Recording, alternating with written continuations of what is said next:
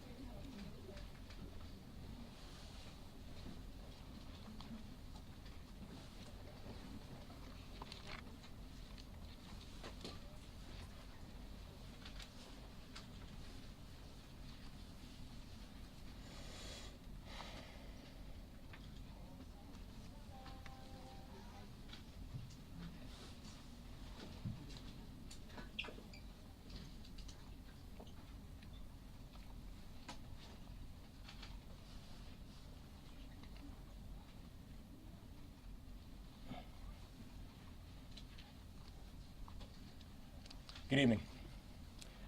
Today, we transitioned from search and rescue to recovery. We need to bring a sense of closure and comfort to the families, and we take that very seriously. And to all the families, I say, estamos contigo, ahora y siempre. Less than an hour after the collapse, we had divers in the water at 2:25 a.m. to begin search and rescue. This morning, we had divers in the water starting at 6 a.m. for search and recovery. This is not a conclusion, it's a continuation. And we take this phase just as seriously and just as personally as we took the last phase.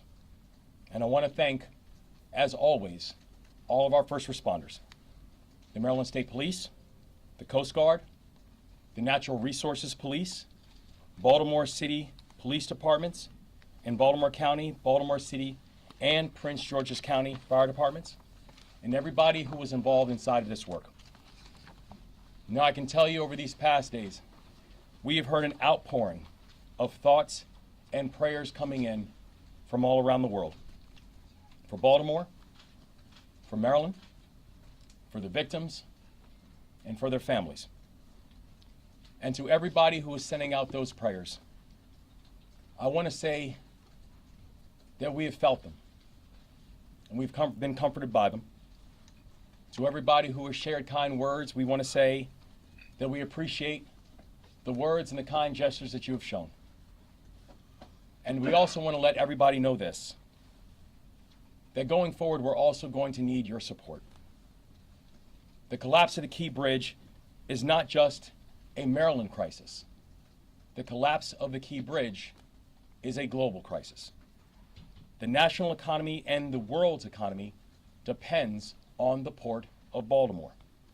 The port handles more cars and more farm equipment than any other port in the country. Last year alone, the port handled $80 billion of foreign cargo, the largest in the country. Now, in the last 24 hours, that we've had a chance to work with the Navy to mobilize major resources all around to be able to make sure that we are getting things moving, and this has happened at record speed. And I was informed that they are still assessing the area and organizing with a thorough plan of action. This afternoon, I also had the chance to meet with the Maryland Department of Transportation and my executive team and all the leaders there. And we talked about how we are going to continue to mobilize assets at all levels of government and society to make sure that we are moving forward collectively with our response. Today also, Maryland submitted our request to the Biden-Harris administration asking for emergency relief funds to assist in our work going forward. And I had the opportunity to speak to the president again today by phone. I'm thankful also that we're here joined by Tom Perez, who I know is also going to share words later on. And Tom, it's wonderful to see you here, and thank you for the continued support and work. So the thing we know is this. I do not know at this point what the total costs are going to be. I do not yet know what the full timeline is going to be. But the thing that I do know is that the task in front of us, it will be real, it will be daunting. But despite this task ahead of us being daunting, I can tell you right now, our resolve is unshaken. We will get to completion. We will do it together. This work will take time, but we are going to make sure that we are going to leave no one behind. We are going to take care of our people. At least 8,000 workers on the docks have jobs that have been directly affected by the collapse. We need to make sure we're supporting them in this moment, and we need to make sure that we are getting them back on the job. And the same goes for many others that have been affected by this crisis, both directly and indirectly. We are going to move forward together because that's what we do. Because we are Maryland tough and Baltimore strong. I will now turn it over to Colonel Butler from the Maryland State Police for updates. Thank you, Governor. I'm Colonel Roland L. Butler, Jr., Superintendent of the Maryland Department of State Police. This morning, as the Governor said, we moved from search and rescue to search and recovery. The Maryland State Police, along with the underwater recovery teams, supported by state, local, and federal partners, made a tragic finding. Shortly before 10 a.m., divers located a red pickup truck submerged in approximately 25 feet of water in the area of the middle span of the bridge. Divers recovered two victims of this tragedy trapped within the vehicle. The victims were identified as Alejandro Hernandez Fuentes, 35 years old, of Baltimore, and Dorlian Ranial Castillo Cabrera, 26 years old, of Dundalk. Their family members were notified just over an hour ago in person by Maryland State Police personnel with crisis intervention personnel present. Knowing the gravity of this, we've provided them with a list of resources that they can refer to and refer their friends and family to. At this point, based upon the conditions, we're now moving from a recovery mode to a salvage operation. Because of the superstructure surrounding the vehicle, what we believe are the vehicles, and the amount of concrete and debris, divers are no longer able to safely navigate or operate around that. We have exhausted all search efforts in the areas around this wreckage, and based on sonar scans, we firmly believe that the vehicles are encased in the superstructure and concrete that we tragically saw come down. At this point, as this moves to a salvage recovery effort, the Maryland State Police will continue to support the Unified Command as the salvage assessment phase takes place, and the U.S. Coast Guard will brief you additional information regarding what to expect and possibly how long this could take. But I'll tell you now, there's no definitive timeline on this. Please be patient. Please keep the family members in mind. In coordination with our FBI partners, we've determined the countries of origin of those that are presumed deceased to be Mexico, Guatemala, El Salvador, and Honduras. The notifications to these individuals' family members and loved ones outside of the United States is being handled by the Federal Bureau of Investigation in accordance with their established protocols. Again, I encourage you all to think about these people and those that they love and they lost. They're going to need your love and support. Now hand it off to the Admiral. Good evening. My name is Rear Admiral Shannon Gilreath. First, I want to say our deepest condolences and sympathy go out to the families of the impacted individuals. I also want to announce that the Coast Guard, along with our federal and state and local agency partners, have stood up a unified command. Our number one priority in that unified command is to reopen the waterway so that we can safely move commerce in and out of the Port of Baltimore. That's our number one priority. We're going to do that as soon as possible and as safely as possible. So that's what we're doing from a unified command perspective. Thank you very much.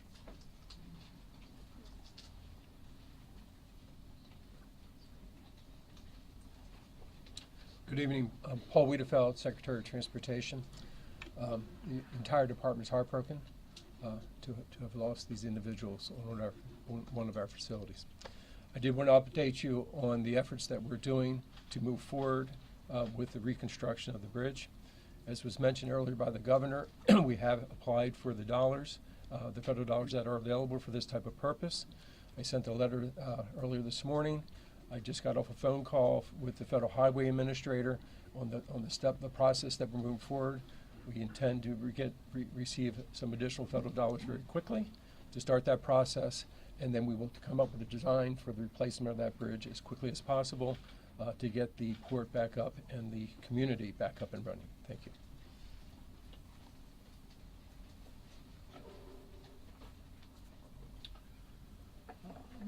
Senator Ben Cardin. First, let me express our deepest condolences to the families of the victims of this horrible tragedy. And I also want to personally thank all the first responders. I had a chance to see firsthand some of the diving activities, and it was extremely challenging, to say the least. And we know that the quick action of our first responders saved lives by keeping vehicles off the bridge before it collapsed. So I really want to congratulate our first responders. When you have a catastrophic event like this that affects transportation infrastructure that's critically important to our community and to our region, the federal government comes to your help. And we are asking the federal government to help us through this crisis. President Biden has responded in a very direct way We are very confident that we will get the immediate attention that we need, thanks to the Biden administration and our federal partners. We also will need the help of the Congress. Senator Van working with our entire congressional delegation to make sure that we provide the necessary authorization, support, and resources to make this recovery complete, and that we can move as quickly as possible. Make no mistake about it, our top priority is to get the shipping lane open. We recognize that every day it's closed, the impact it has not just on Baltimore and our economy and the state of economy, but in our country, and affects the global supply chain. And we recognize that we have to move with dispatch in regards to opening the channel. We are also working today on a replacement bridge so that we can also have those plans in place and have the tools and resources available so that we can reconstruct the bridge as quickly as possible.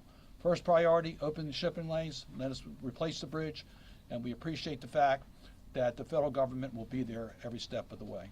Senator Van Hollen.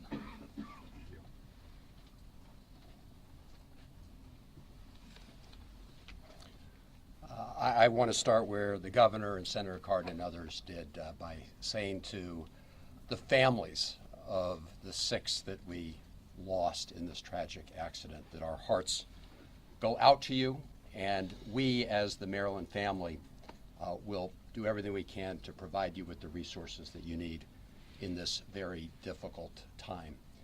It's also a solemn reminder of both the contributions and the sacrifices that our immigrant families make in our community and around the country. And I also want to thank the first responders for, first of all, the search and rescue operation, and now the recovery operation. Thank you all for the hard work that you're doing.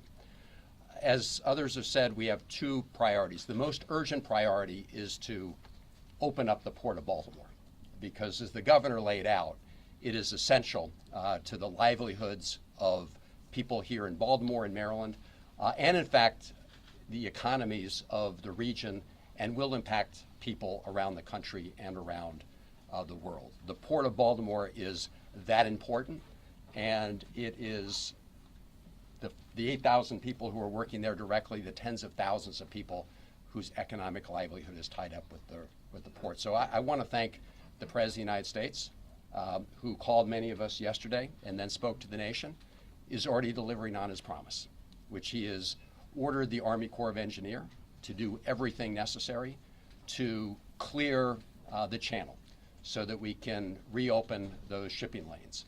If we have to open one first and over a period of time, I think we're going to do whatever we can to make sure that we have ships passing through as soon as possible. The Army Corps of Engineers, the federal government, will pick up the costs for that, and those funds are available. I saw preliminary estimates between $40 and $50 million, but they are very preliminary. But the bottom line is the Army Corps will pick up the costs.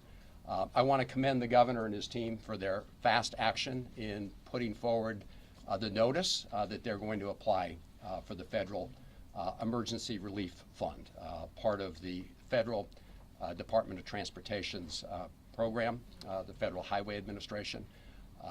We will be working very closely with the governor, Secretary Wiedefeld, and others, and their team as you process that. Just to give you all a sense of what that means, you can draw down funds immediately for some of the costs of diverting traffic and other immediate costs to adjust to what happened in the short term. And then going forward, that relief fund provides a strong federal match. We believe it will be 90-10 in terms of the federal share. For the 10% remainder, Senator Cardin and I will be working very closely with the President and our colleagues in the Congress to make sure that we meet President Biden's pledge to do as much as possible to make sure that the federal government picks up the costs. Some have asked about the ship owners themselves. Obviously, as the NTSB conducts its review, we'll have a better idea of exactly what happened. And if anybody is liable for negligence or wrongdoing, you can be assured that we will be pursuing those funds as part of the cost share. From the congressional point of view, we will be pursuing, as I say, what we hope will be about 10% of the total costs through the legislative process. We will push to make any increases necessary in that emergency federal fund, and again, put forward legislation. Senator Cardin and I are in the process right now of reaching out, putting a phone call into Speaker Johnson, because we think that this is something where Americans should come together. This should not be a question of Republicans or Democrats. This is an American challenge. We are a great American city here in Baltimore, and we're hoping that all of our colleagues will come together and join us in making sure we rebuild the bridge. Because as the governor said, we do this together, and we hope that will also be true in the United States Congress. So thank you to everybody who's been part of this. I'm now going to turn it over to the mayor of to Tom Perez, another great Marylander who is now at the White House doing wonderful work with the president. Tom Perez.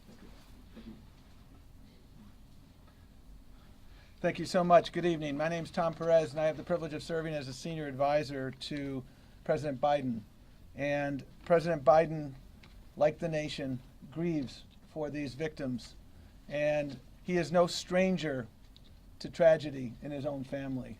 And Governor, thank you so much for your leadership throughout this challenging situation. It's been steadfast, and it has been remarkable. We are all in this together. When President Biden first heard about this yesterday morning, he summoned everyone who had a relevant stake in the game to come together to make sure that every federal resource was put to bear. So we see the Coast Guard, we see the Army Corps, we see the National Transportation Safety Board, we see the Department of Labor. The President directed us to make sure that we are doing everything possible. Success occurs when everybody is working together. And that's exactly what is happening here. I met with the families earlier today, and it is really, really tragic. And we will get through this. We have no doubt about it. And the President has directed us to move heaven and earth. Those aren't my words, those are his words. To make sure we are helping the remarkable people of the great state of Maryland to move forward. And we will indeed, Governor, I can inform you with confidence that we will process your request promptly because the situation calls for prompt action. Déjame hablar poquito en español, porque las víctimas son latinos. Me llamo Tomás Pérez, yo trabajo por el presidente Biden. Hoy es un día muy, muy triste para nuestro estado y nuestro país. Y el presidente entiende bien el sufrimiento de la comunidad. Y el presidente en la dama primera, las oraciones de ellos son con la familia de las víctimas. Presidente Biden entiende bien la necesidad de construir la puente, de construir oportunidad para todos los residentes de Maryland, y vamos a trabajar juntos en esta causa. We will continue this work, whether it's the Department of Labor, whether it's our colleagues who are here today. We will do that together because that is what teamwork is about. Thank you for being the captain of the team, Governor, and we will continue to move forward. And speaking of other members of the team, it's an honor to present to you the mayor of the great city of Baltimore, Brandon Scott.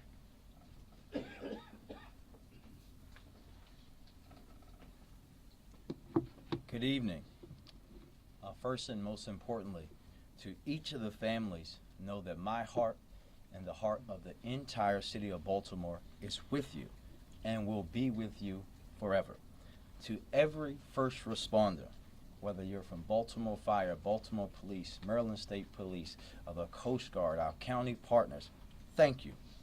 Thank you for being fearless and selfless and for putting your life at risk to save others, as you did yesterday, today, and each and every day. To Baltimore, we are all hurting, but we must be reminded in this moment that we are Baltimore. The city of Baltimore cannot be broken. We will continue to work with our federal and state partners through this.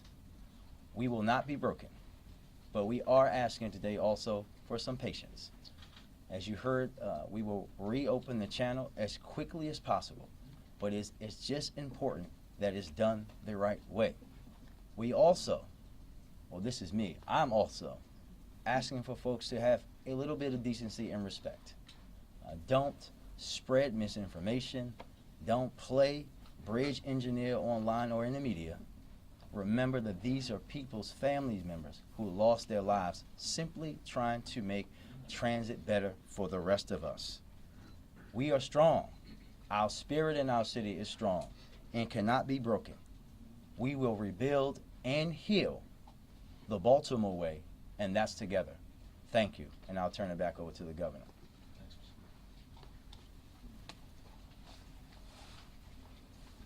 Thank you all. I'm going to take some questions. Start with Aaron Cox in the front. Yes, sir. We've heard a lot of reports that the ship had engine failure before it got to port. There were some problems as well as at port. What do you know about the state of the ship as it was pulling out right before it hit that bridge? We're still under investigation as to what exactly happened. And we don't have a declared answer as to why there was power challenges and power issues. The thing that we do know is that we have documented that there were power challenges as the freight was coming up on the bridge, and when the Mayday call was coming in, the Mayday call came in because of the power issues and the lack of ability to steer the vessel. Can I follow WBAL? up? Yeah, I just wanted to follow up on that and say, by power challenges, do you mean reports that it's lost power before it even left the port? And can possibly Secretary Wiedefeld, can you confirm that one of the two people rescued yesterday was a state inspector?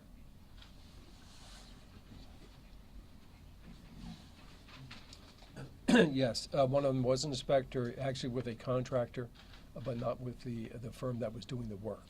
I'm sorry. It was a engineering firm, and not the people doing the work on the bridge. Contracted by the state. Yes, to do your- yes, so but this not a state employee. is Bronner, right? With Bronner Builder? No, Bronner Builder is the construction company, and then there's another engineering company. I'll get you the name, and that was the construction manager overseeing the work. And what about the engine question? Confirm it. So, as far as the engine goes, we were not informed of any problems with the vessel. We were informed that they were going to conduct routine engine maintenance on it while it was in port, and that's the only thing we were informed about the vessel in that regard, ma'am. Thank you. Brian? Can you say any more about what the power issue was? There have been some conjecture that maybe fuel was involved. What is known about that at this time? So what we know at this time is we don't have a confirmed answer as to what exactly the power issue was. We know that the power issue connected and meant it was an inability for there to be proper steering and proper adjustments on the vessel, but we do not have any further details as of yet until a further investigation is completed. Fox 45? We know drivers were stopped from going onto the bridge, but were construction workers able to be notified? Yes, so the first responders who, again, were really moved heroically after the first Mayday was called, were able to both move towards keeping additional cars from coming on the bridge, and also begin to notify some of the workers and people on the bridge that they needed to move off the bridge. In fact, one of the survivors who I had the opportunity to speak with, one of the things he mentioned to me was as he was moving off of the bridge, and literally saw the bridge fall right after he moved off, it was because it was a first responder who was telling him to move off of the bridge. I'm sorry, how did that communication happen? This is the first I've heard of it. How were they able to communicate with the crew? Was it on the other radio channel? Well, with the first responders, when they were first responding and they began to move and to keep cars from coming on, they were also notifying people on the bridge they need to move off the bridge. Yeah, but how is the question. How did they notify them? Cell phone, radio? Well, I think we'll find out by investigation what exactly happened. I know that the one person I spoke with, he said it was audibly that the officer was telling him to move off. All right, we're going to move on. ABC 7. Well, I was essentially going to ask that same question, just to confirm that there were efforts made. All right. They were, Brad, yes. Yeah, Paulson, do you support the proposed Port Act in spite of the state's current fiscal situation? I've not gone through the Port Act in detail. The thing that I know is that we will work in coordination with the General Assembly with a response. We will work with our, we're thankful for the work that we're happening on the federal side of our federal delegation and our partners in the White House on it as well. And we know the response that we are going to have as a state is one that needs to be coordinated and one that we are going to do and make together. All right, right here. Can you confirm that the two people that were recovered today were, I think, some of the construction workers that were part of the crew? And can you also give us a timestamp for when divers had to come out of the water today? Obviously, the water was terrible, or the weather was terrible. Yeah, I can speak to the first question, and Admiral or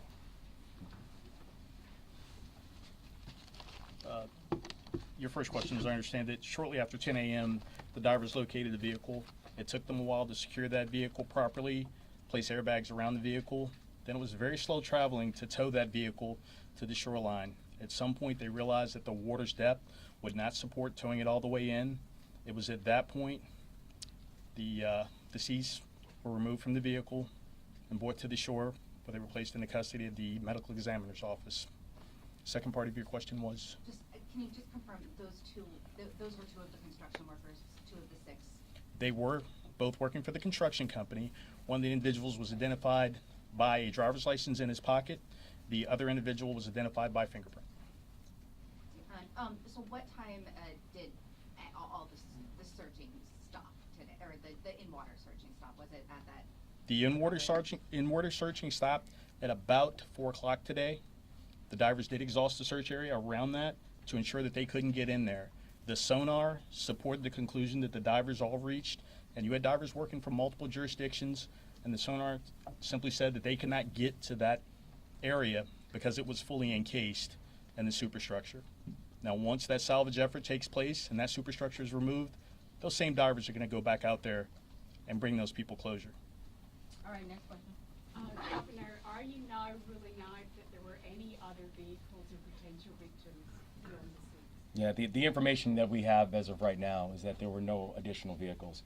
There will still be a full investigation conducted, but we have no information as of right now that shows that there are additional vehicles. And briefly, the nationalities, if you would, of the two victims recovered today. Okay.